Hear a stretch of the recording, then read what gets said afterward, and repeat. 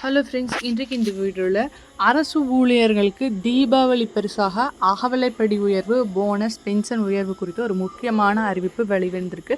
அது என்ன அப்படிங்கிறத இந்த வீடியோவில் பார்க்கலாம். அரசு ஊழியர்களுக்கு அகவிலைப்படியானது ஒவ்வொரு ஆண்டும் 2 முறை உயர்த்தப்படுகிறது. அந்த வகையில் தற்போது மத்திய அரசு ஊழியர்களுக்கு 3% அகவிலைப்படி உயர்வை அனௌன்ஸ் பண்ணியிருக்காங்க. இதனால் அரசு ஊழியர்களோட சம்பளம், படிகள் மற்றும் பென்ஷன்தாரர்களோட ஓய்வூதியம் அனைத்துமே உயரப்போகுது.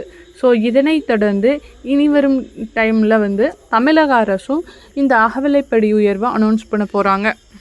தற்போது 55% இருக்கும் அகவிலைப்படியானது 3% உயர்ந்து 58% இருக்கும் அப்படின்னு சொல்லியிருக்காங்க.